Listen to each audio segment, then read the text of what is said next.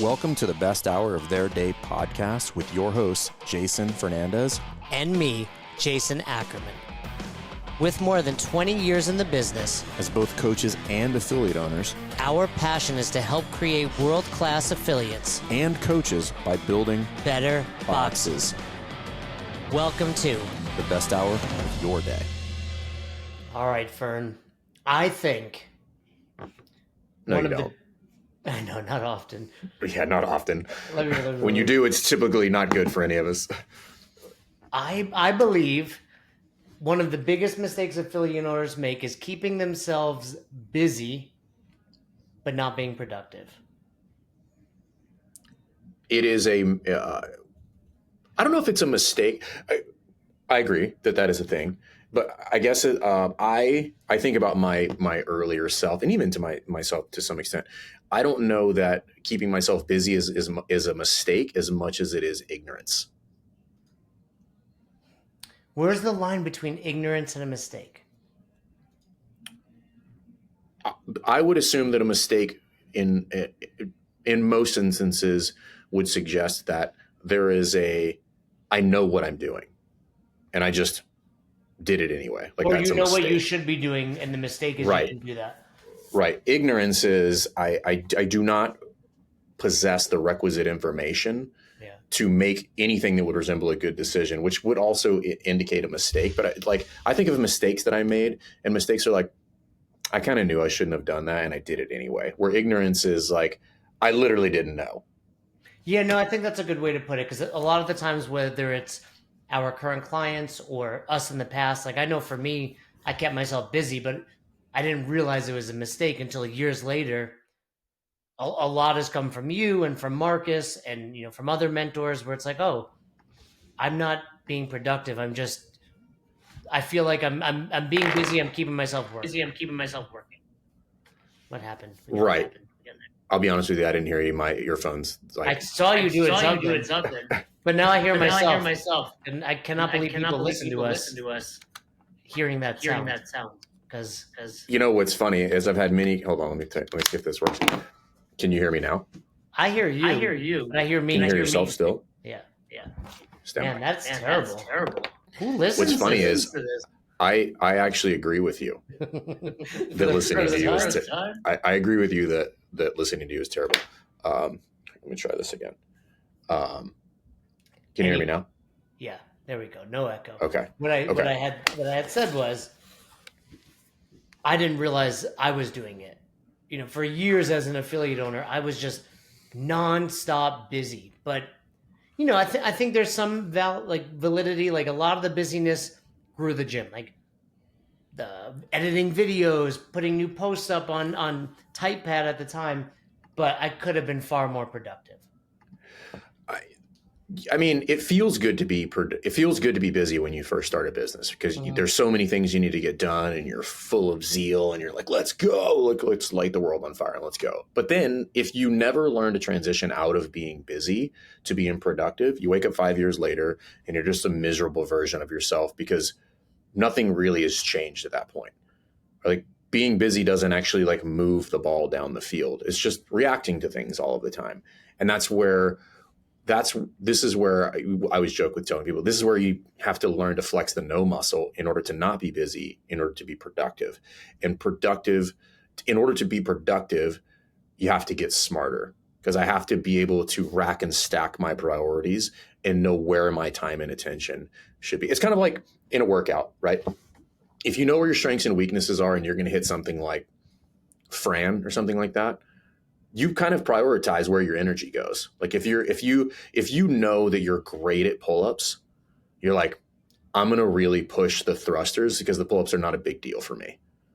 Right. And if you had that level of understanding of your own capacity in the business, you would throttle your efforts the same way, instead of just running haphazardly, running to the barbell the first time you ever did Fran, and be like, oh, I'm just going to crush this. And 8 minutes later, you're not really sure what happened to you. Yeah, no, I think that's valid, and I think, as we're talking about this, the one thing that keeps going through my mind is, if you want to be better at being productive and not busy, just have kids. Because kids will, like you say, you've told me this. I don't know. Kids make you more efficient. Point being, like, it makes it easier, like to say no. You're just like, I've got this amount of time. I need to do the most important thing. It's forced. Well, it's forced prioritization, right? Yeah, Meaning yeah. like the child needs my attention, which means I'm just not going to do this other shit that I was doing before. In the same vein, it can also make you. I could go the other direction. Well, I know many people who they get consumed by having kids, and the rest of their life becomes non-existent. Like I literally have a friend. I was literally best friends. We were roommates. That guy had kids. Haven't seen him since. How long has it been? 20 years. No, he just doesn't like. I saw him. Dude, we were best friends. We were roommates. We did literally everything together. And he had kids. And I saw him once at the airport. I was like, "Oh, you have gray hair." I was like, "It's great. How's the kids?" So his kids are like in their like almost 20 now. He had kids that young. I mean, he has 5, so he has teenagers. 5 kids, I get it. He doesn't. You're busy. I mean, I got 2 and I can barely survive. I'm drowning over here. Yeah, but you've never been productive, so just busy. That's like, I saw a funny meme. It was like, no one is more thirsty than a toddler at bedtime. Oh like, yeah, I need water. So all right, let's talk about it, because let's give some solutions. What are maybe what are some of the most recognizable things you see an affiliate owner do and you're like, oh, you're just keeping yourself busy? There's probably a couple of different things, which is, so there's like administrative work, which encapsulates as like the big fucking hairy monster of administrative work. Social media is one where people are just busy. Membership issues is another place where people just like to stay busy and just reactive to things. And then probably the third one, not so much now, but like used to be programming. Yeah. Right. People spend an immense amount of time just being busy with programming. And what's funny is the common denominator amongst those, maybe not all of it, but a lot of it is much of that can be delegated, right? If you're spending a ton of time programming, hey, there's value. If you want to program for your box, but when this other great programming done by level 4s, longtime CrossFitters is free, I think twice about it. Yeah, and I think so. Delegation is this weird slippery slope, and this is, I mean, you've referenced it before, and it's the running joke is like you've never met a person faster to delegate than Jason Ackerman. Speaking of, Cody's going to take over this podcast. Yeah. There are some inherent things that have to be in place in order for you to delegate effectively. And when I mean delegate effectively, I mean that you hand that task off and it gets done either the exact same or better than when you were doing it. And it always gets done better. Yeah, but that's because you were doing it. Or you were just not doing it. So, well, no. But on that note, I do think, let's just real quick, Marcus has taught me that. Like, no one's taught me better than Marcus over the years. Like, crawl, walk, run. And I was so bad, especially as an affiliate owner, of like, even like, hey, you got your level 1, 9 a.m. tomorrow. Like, that's essentially a form of delegation, right? But they were not equipped to be coaching then. But, I think affiliate owners can go 2 directions: too quick to delegate and too slow. It's like, oh, it's so hard to train someone. Yeah, for this month, it will be more time. But in 5 weeks from now, you're going to get a whole lot of time back. Well, it's actually, here's what I think. Here's where I think the rub is. It's actually not hard to train people. It's hard to train people if you don't know how to train people. So CrossFit coaches are good at getting somebody to do the overhead squat. They're not good at getting somebody to take over the newsletter. And this is where they don't know how to train people to do simple tasks like that. And people are like, the newsletter's not simple. I'm like, it's as simple as you make it. It's as simple as the systems that you build to make it. And this is something that so I typically have like focuses for the year. And 2023 was the year of systems. Everything I was going to build. In life or the box? For the box specifically. Well, in life to some extent. Because I don't like checklists and I don't like spreadsheets. And most of those things are very counterintuitive to me as a person. I do like getting shit done. And I mean, that about me. Where like I loathe being busy. I really like being productive, and there's ways to do that. And the beauty with building systems, and I had to learn this the hard way a million times, and I actually learned it again like today. You just never stop learning it. Tell me more. Let's use this example. I will. Whether you hand it off or not, by building systems, you're getting time back either way. Meaning, I'm either going to get easier. It's either going to be more efficient for me, or I'm just going to be able to hand it off completely and make sure that it gets done. So here's the basic format for building any system, right? Do the thing, get the outcome, repeat, do the thing, get the outcome, document the process, hand off with accountability. That is the way that you create any system. Okay. That's great. And as the basic format, you're like, what's a system? A system is a series of things that happens the same way every time. Like, that's all it is, right? Like, ooh, there's the definition. You're welcome. Yeah. Everybody check me on Webster on that. I have no idea if that's a definition. Hormozy will say like a definition, like actually it was Glassman on that podcast we were just talking about. Which, by the way, if you've not listened to that podcast, you're not a true CrossFitter. Dude. Like, for God's sake, I could have listened. I'm going to probably listen to it again. I'm going to listen to it. I got to go drive to that seminar with Brittany, and I'm going to make her listen to it again.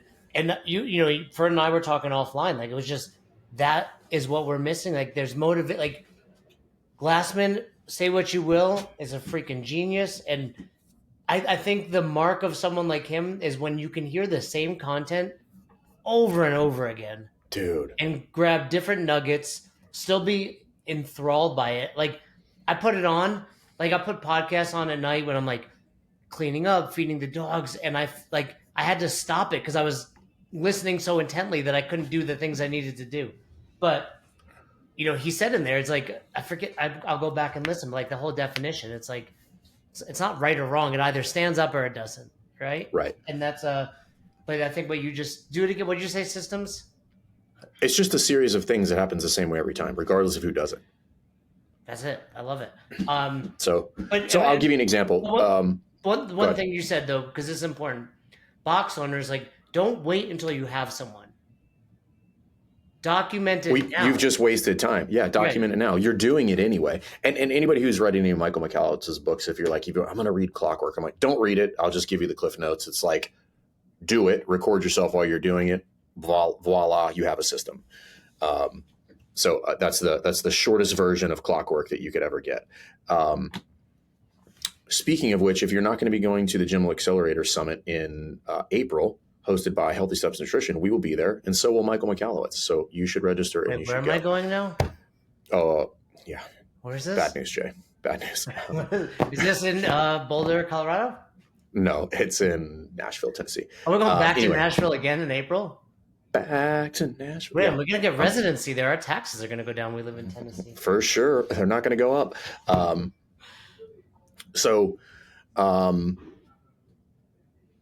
That there's a couple missing pieces to. So I'll give you an example of what I just recently. Well, I've done it too. I've done it many times this year, and if you do it well, there'll always be at least one or two hiccups the first pass, and after the first pass, you're done. But if you do it the right way, okay. So I'll walk everybody through an example of building a system. So let's use the newsletter. So most people, the newsletter is like a real pain in the ass, and it's like it doesn't get done. It took me one pass to hand this off, and it gets done every single time now. And if you haven't seen our newsletter, it's pretty fucking good. Okay. As far as the amount of content, the images, everything.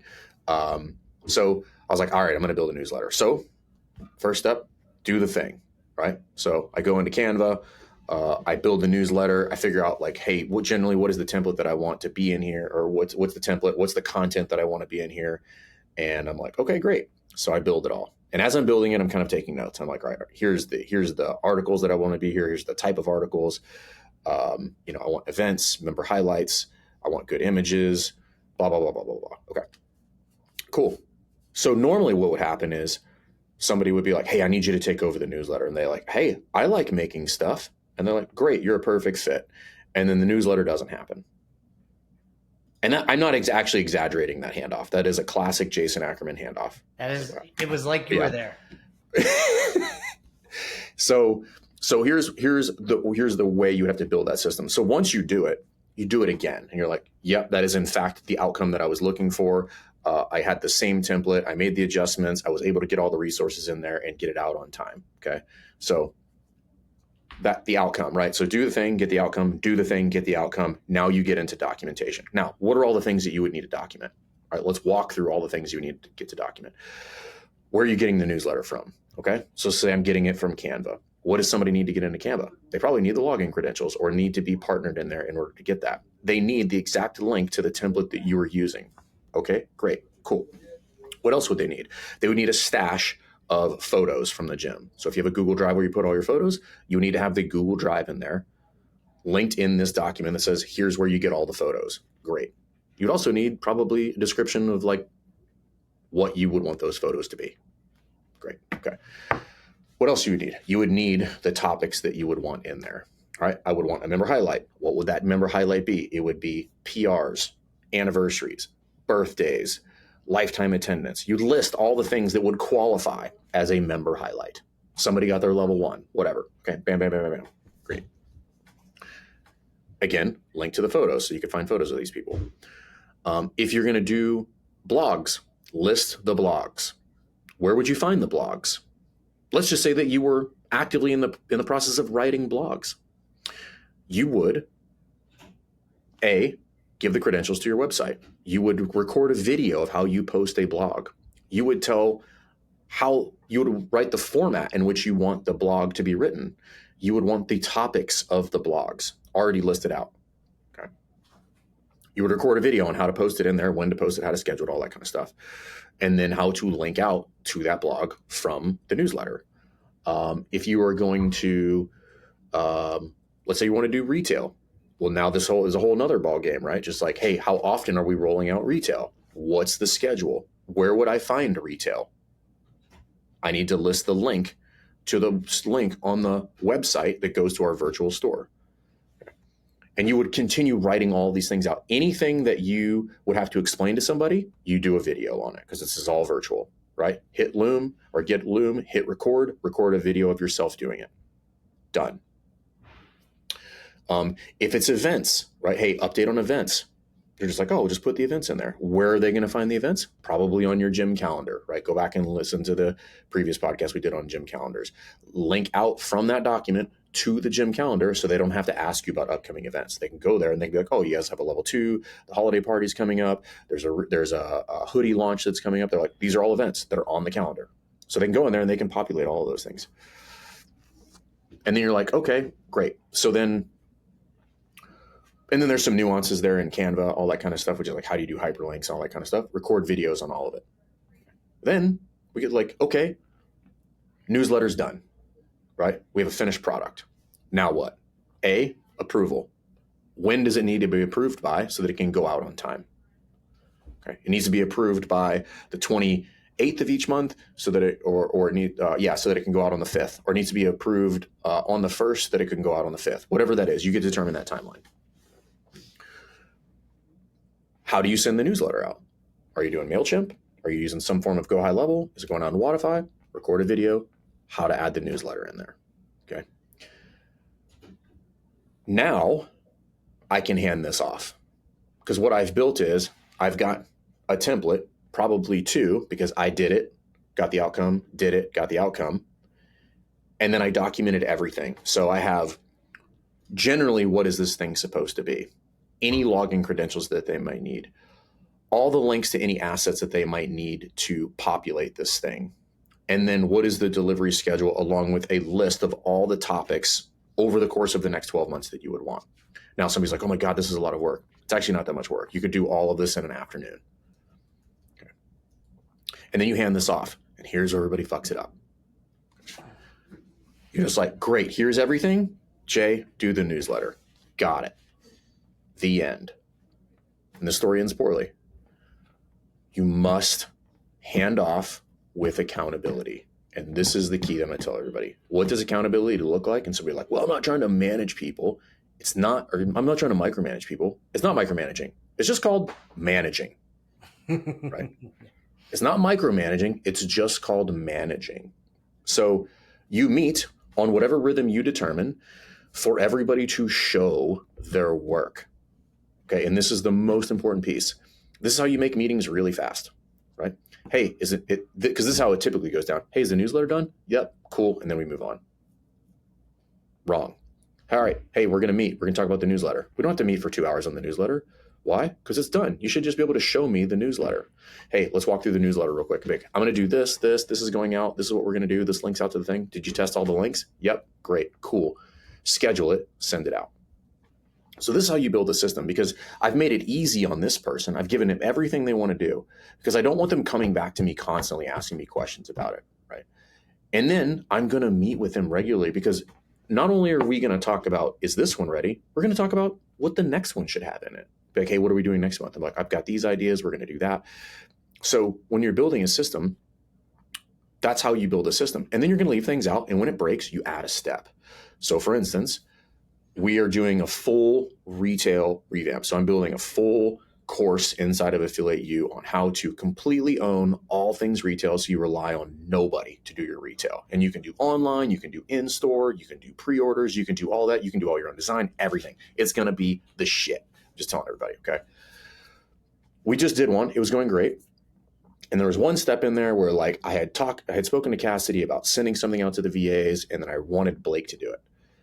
So then there was wires got crossed, and I was like, hey, my bad. So I told Blake, I said, hey, I want you to build a different spreadsheet. Here's the stuff that I want in the spreadsheet. Record a loom on how the spreadsheet should be filled out every time we do a pre-order with all the totals and everything. And then I told Cassie, and I was like, all things retail go through Blake. That's don't go to the VA anymore, because I want one person managing it. Please show her how to run a report that shows all transactions, so that when she runs those transactions in our backend system, she can verify that they went through. So he recorded a video, sent it over there. Both of those things get added to the document that we already made. So I'm like, great. But we got 97% of the way there on the first pass. And then I was like, oh shit, I didn't think about that, right? A couple wires crossed, nothing bad, whatever, fixed for the next time. And now she has everything, Blake meaning, she has everything that she needs to completely run retail on her own. All we're going to meet on was talking about, like, hey, what are the next designs that you're going to roll out? She's like, I've got 4 teed up. This is what they look like. I'm like, okay, I like that one. I don't like that one. Make sure we do it in these colors. Consider that print on that color shirt. That might get a little funky, whatever. When are they going to launch? Right. The other thing that I missed, because I didn't put in the document, I said, so we launched the pre-order without having items in hand, meaning like we were going to order one of each of the items that we were selling in a pre-order on hand in the facility. So we did the pre-order. It went great. I think we sold 80 something items. But I probably would have sold 100 had I had one of each in hand. So I said, hey, next time we're never going to launch a pre-order until we have the items in hand. So we can show people, like, here's the shirt, here's the hoodie, here's the sweatshirt, whatever it is, fixed. So there was just 2 things that needed to get sorted out in that system so that I could do that. But again, now I own that whole process and somebody else is running it. And we're going to sell 10 times as much retail over the next year because it's easy now, instead of this huge pain in the ass that we've normally been dealing with. Because now we own every part of it, right? So I own the store, I own the design process, I own the pre-order process, and I'm relying on almost nobody to do anything. And I have made it easy for this person to do all of it. I made a video. I'm like, here's how you order bulk on the back end, right? Here's how you do this. Here's how you do this. Here's how you do this. Here's the frequency that I want to roll designs out at, right? All of it. And that's how you make a system. And then you meet on it regularly. Okay? And the important part about meeting is show your work. Everybody has to show their work. I have to show my work. So like, I manage projects in the gym. So when we have meetings, I got to show everybody where the projects are at.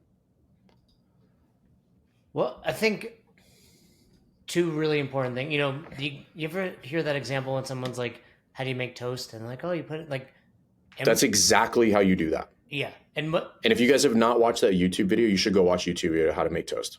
Right, because it's very simply, you know, using that newsletter analogy, be like, oh, cool, you know, you do a member of the month, you do a this, and this. It's like you laid out so much, I mean, from the first step of like, do they have the login credentials? Do they even know what website to go to?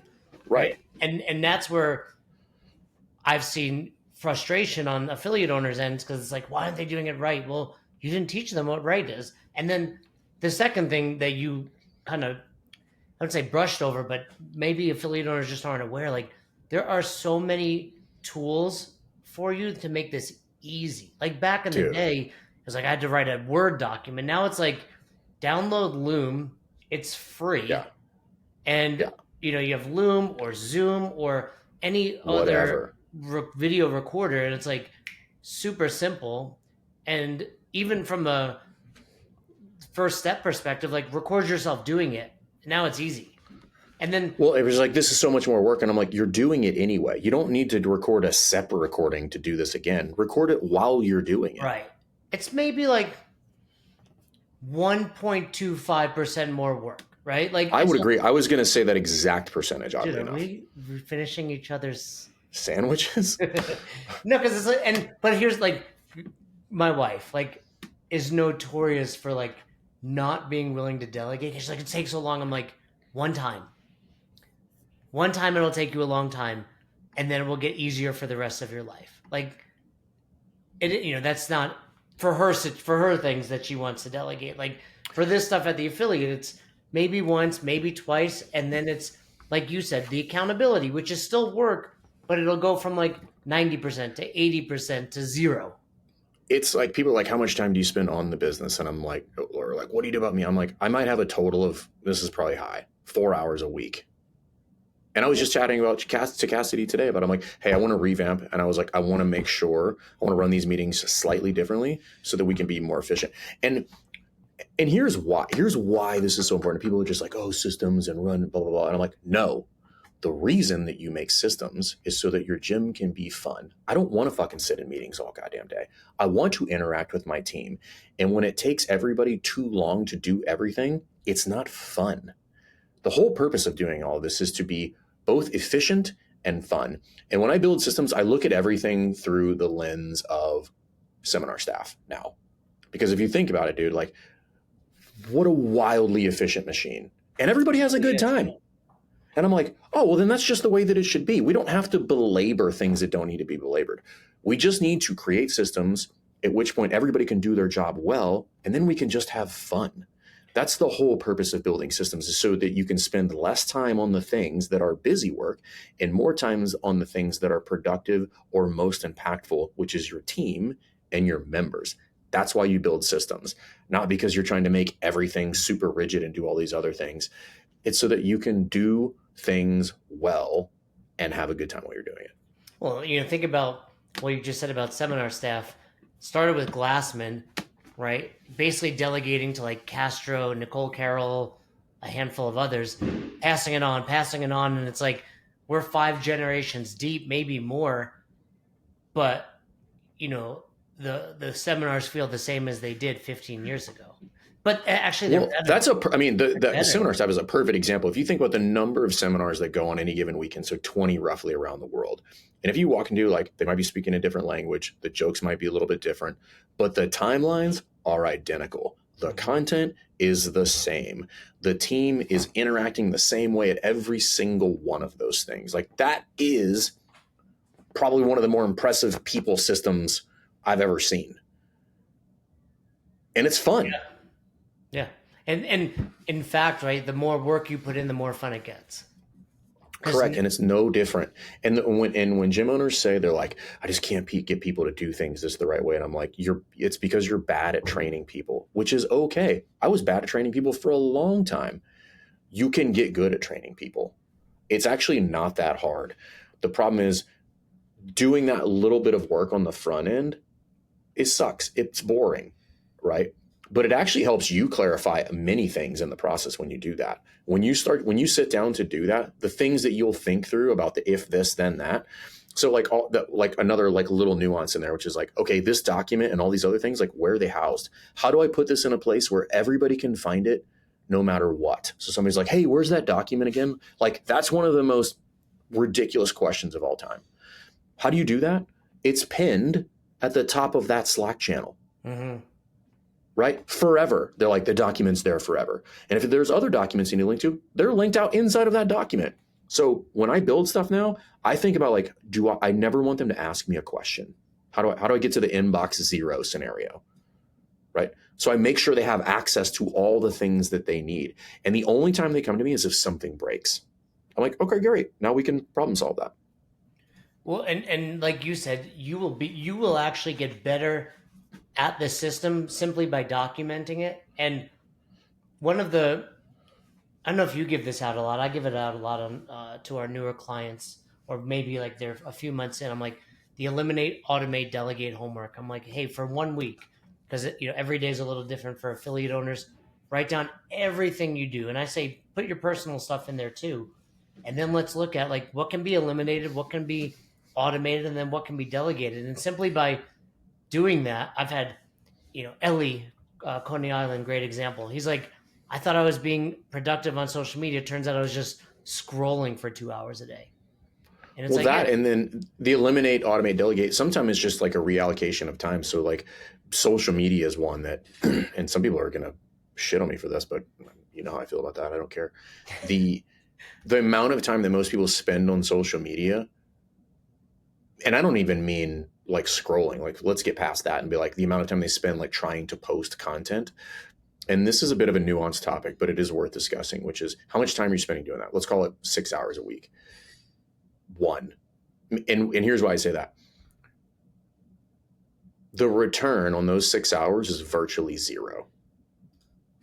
And I know people are going to just owner. No, especially correct. I'm speaking in the context of an affiliate owner, right? A brick and mortar affiliate owner that does not sell things virtually to the outside world, right? Somebody needs to come physically to your space to buy something, is outsized. And listen, and you and I can speak to this pretty authoritatively because we own a media company. Okay, so the volume and quality of content that you would need to spit out in order for that to start to churn clients for you, people don't have time for or the skill set for. All of their time would be better spent elsewhere on the clients, building referrals, fixing your website, getting your team up to speed on certain things. So it's just like, it's not always like you need to eliminate that. It's just like you need to spend the minimal amount of time on it in order to not have it look like garbage, right? And I'm not saying that media is not important.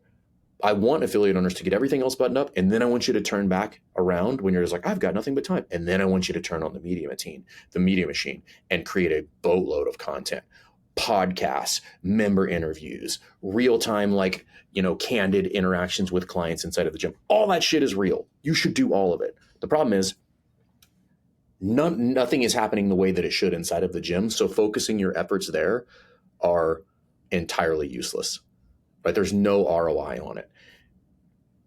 So minimal amount there. You don't need to eliminate it altogether. You shouldn't. You should have some presence on social media. The reality is like most people's leads come from their website. Like fix your website, man. Like fix your website. Get a blog, get a regular blog up once a month on your website.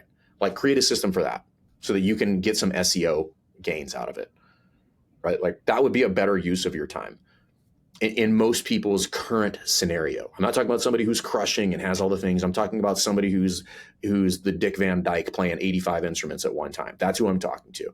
You have to learn where to prioritize your time and energy. Like what are the big movers? What are the big levers? So it's like, stop doing 10 things, do 2 and do them, make sure that you do them really, really well. And then you can hand them off. And then how do you figure out which ones to do? Go to the high return ones. And I mean like high return, meaning like they either create efficiency in the business, meaning like they give you time back, or they bring you money. Those are the 2 ones where you focus your time. If it's not one of those 2 things, it can go on the back burner, right? Like it can wait. I'm not saying you ignore it forever. I'm saying you ignore it for now, right? A no is not a no forever. Same thing when you're like prioritizing shit in the gym. Well, the cool thing is, if someone wants to learn more in Affiliate U 3.0, we've got an assessment. They'll find out exactly where they're at. One of a kind, baby. It's the best way to find out. There's no better way to figure out where you're at than that. Yeah. And I think, but the systems thing I think is greatly understood. And the fun thing is if you get even moderately good at building systems, everything runs better. Everything runs better. What's interesting is, as you're talking, I'm listening, I'm soaking it in, dare I say learning, and I'm like, oh, many people do it for their life, but then when it comes to their business, they do. I mean, think about, like, if you're listening to this, you have a system for going to bed. You probably have a system for waking up. You have a system for how you prepare your food for your kids, right? Like how you clean up, etc. But then when it's like, I'm gonna, create a newsletter, you're like, oh, I don't have it's so interesting. The catch here is they're unaware that those are systems. Meaning, like, you're unaware that this is a series of steps and processes that I do the same way every single time in order to make sure that I get the same outcome that I want every single time. Would you say the word system and routine are synonymous? They could very well be used synonymously in this thing, which is like, hey, what's the routine for getting the newsletter out? Oh, well, this is the routine, right? Like, you would do it like this every single time in order to get the desired outcome. What happens here, and here's the other thing that I think is really important. As you start to get better at implementing systems, it becomes very obvious when things break. Yeah. It becomes very obvious because, like, something will break and be like, shit, like that whole thing, that entire thing there's like 5 things downstream from that will now not happen because that one thing is broken. But like, which also becomes easy to fix. Right. And I can catch it faster. And I can be like, well, oh my God, like, what's going on here? So it's just stuff like that, where it's just like, just learn to create those systems. Start with something simple. It doesn't have to be the newsletter, right? Like, start with something simple, like inputting the workouts in Wodify if they're not automatically uploaded. Like, just start with that. Like, start with something I typically tell people, like, what's the thing that you loathe every week that you have to do, that you like wake up and you're just like, oh my God, like, if I could avoid that, let's say coaching, I would pay any amount of money to avoid that. But hey, listen, coaching is a system, bro. Yeah, for sure. But and that's the homework I give people when they do the eliminate, automate, delegate. I'm like, okay, what do you not like? And then always run it through that checklist, because I think a mistake I always made was, well, I'll delegate this. I'm like, well, really, I should have just eliminated it. It wasn't necessary. Or do a different version, make the easier version, right? Or do it a different way. But, at the end of the day, like, if you want to be able to move around inside of your own business, if you want to be able to build a team, you sure as shit can't build a team without systems. It's impossible. It's just to be a hodgepodge of people all running in all directions, right? You have to build systems if you want to build a team. And when I mean build a team, like you have aspirations of growing your affiliate and bringing on full-time coaches and a GM and all these other things. I'm like, you think you're going to get there without systems? You've lost your mind, right? You're going to have systems.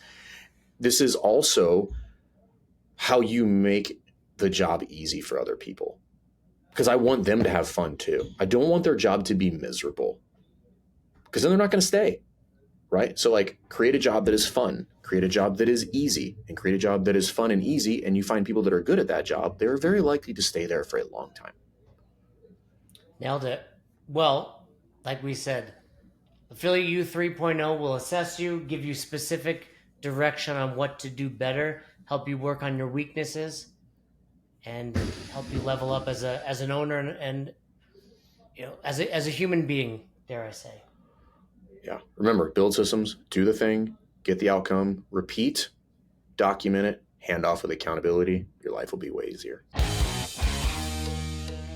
Thanks for checking out this episode of the Best Hour of Their Day podcast. We appreciate you listening and choosing to have us help you in your passion for coaching and affiliate ownership. You can find more episodes just like this on all podcast platforms. If you're interested in learning more, you can reach out to us on any social media platforms, or you can visit www.besthouroftheirday.com to book a call. If you found this episode helpful for you, please share it so that we can help other coaches and affiliate owners to help build a bigger and stronger CrossFit community. Thanks for listening.